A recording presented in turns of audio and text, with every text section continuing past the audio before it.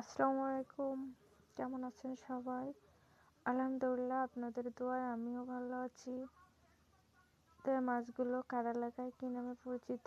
আমরা এটাকে ভেটকির বাচ্চা বলে থাকি। এটা এক একটা 500 গ্রামের মতো ওজন হবে।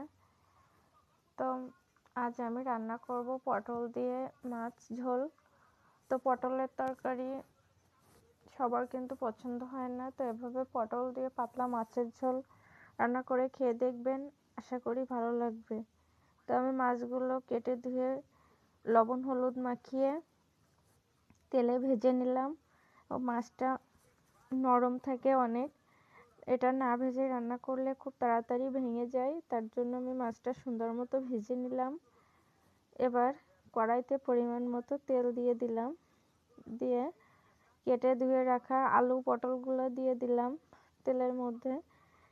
এবার দিয়ে দিলাম পরিমাণ মতো লবণ, পেঁয়াজ বাটা, রসুন বাটা, কাঁচামরিচ বাটা, হলুদ,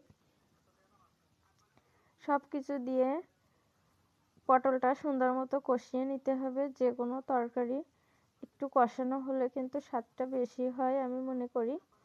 তো এবার পরিমাণ মতো পানি দিয়ে দিলাম। তো পটল ঠান্ডা তরকারি, এটাতে বেশি পানি লাগে না। তো পানি দিয়ে এবার পানিটা ফুটে পটলটা আধা সিদ্ধ হয়ে এলে কয়েকটা গোটা কাঁচামরিচ ও ভেজে রাখা মাছগুলা দিয়ে দিলাম। আমার বাসায় ছোট বাচ্চা আছে, যার জন্য আমরা তরকারিতে বাটা মরিচ কম দিয়ে গোটা কাঁচামরিচ দিয়ে, যার প্রয়োজন হয় সে গোটা কাঁচামরিচটাই খেয়ে নিই। তো এবার জিরা বাটা দিয়ে নামিয়ে নিলাম। সবাই ভালো থাকবে।